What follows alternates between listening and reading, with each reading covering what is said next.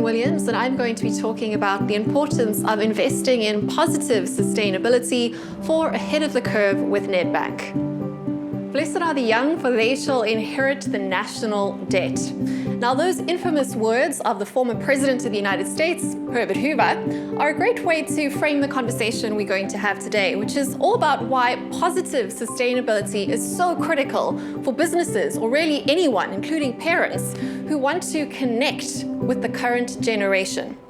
Now, speaking of the current generation that's aging into the workforce right now, the generation known in South Africa as the born-free generation, or globally as Generation Z, this generation is not afraid to engage with political issues, and they are not prepared to take those promises or those threats of being handed the bills of previous generations lying down. Instead, this generation is happy to put both their lives and their livelihoods on the line in order to defend the social and environmental sustainability issues that they believe to be critically important to their future and the future of the planet. Now, to that end, I can pick up on a couple of key trends. The first being the rise of the activist investor. And here I can point down under to Australia, where one Mr. McVeigh successfully sued his pension fund for being overweight in dirty fossil fuel industry companies. Now, what's really interesting about this case study is that he won the case not because investing in fossil fuel industries is naughty or bad for the planet. Rather, his argument went that investing in old-fashioned industries that point to the past, rather than investing in sustainable, renewable industries going forward, was actually detrimental to his investment portfolio's returns going forward. And that's a really interesting alignment of both environmental and economic goals. Now, businesses should take really careful consideration of these sorts of cases because they point towards a very different future. And in a similar vein, we can also see the rise of new types of activist employees.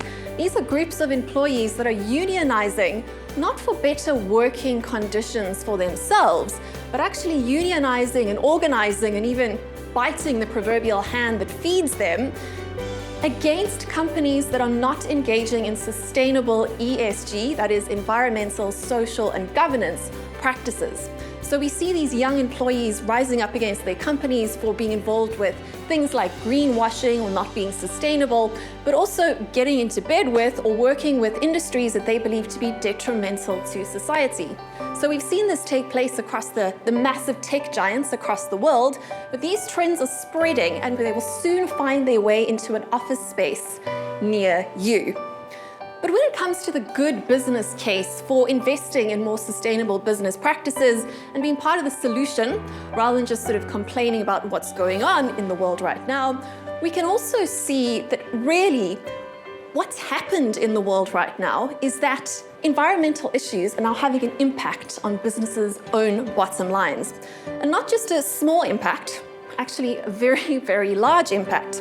In fact, the latest research has shown that in America, heat, that's just heat caused by the current climate crisis, is costing the American economy something like $1 billion a year. Now, to put that into context, hurricanes cost the American economy something like $60 billion a year. And to that end, we've also seen the rise of a new trend that is of both cities and companies, and there are now around 7 institutions across the world that have actually hired this position. What these organizations are doing is they've actually started hiring chief heat officers to sit on their company or their city boards to manage the costs of the climate crisis and heat in particular.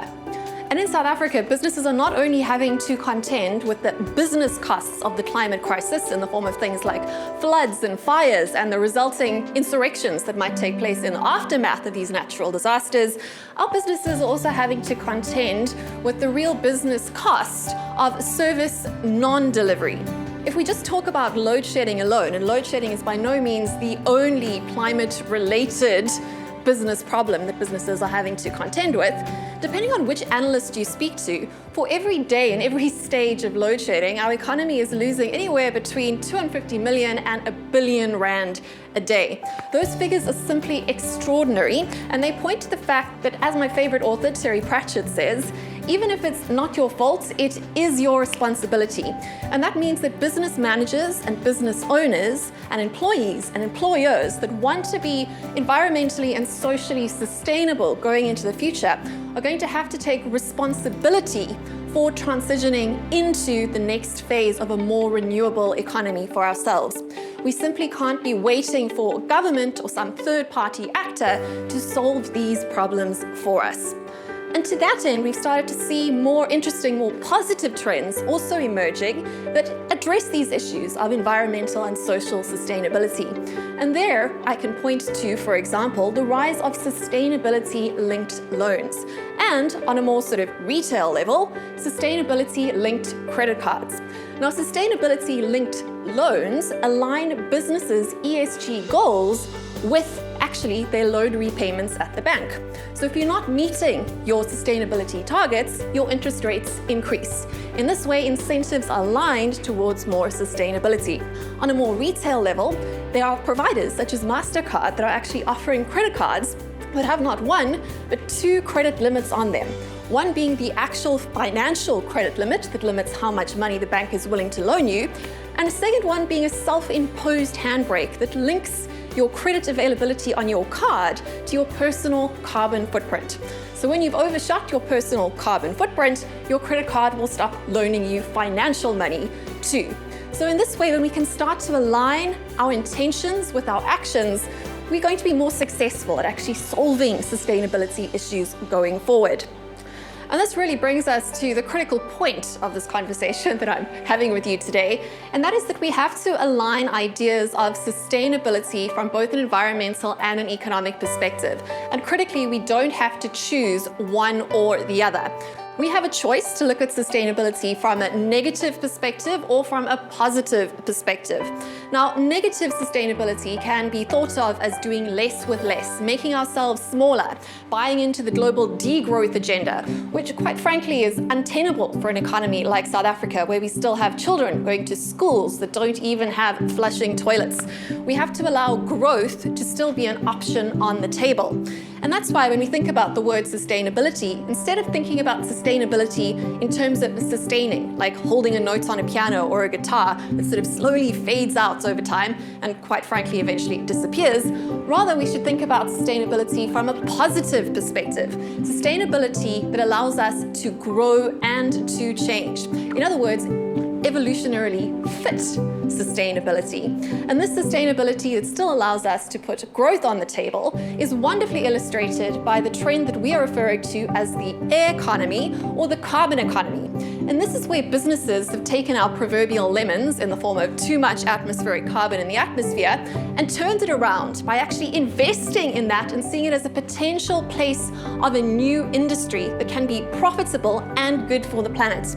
And here companies, the likes of Airco, for example, are taking atmospheric carbon and converting it into alcohol, which can be used, of course, to create beverages or to create cleaning products.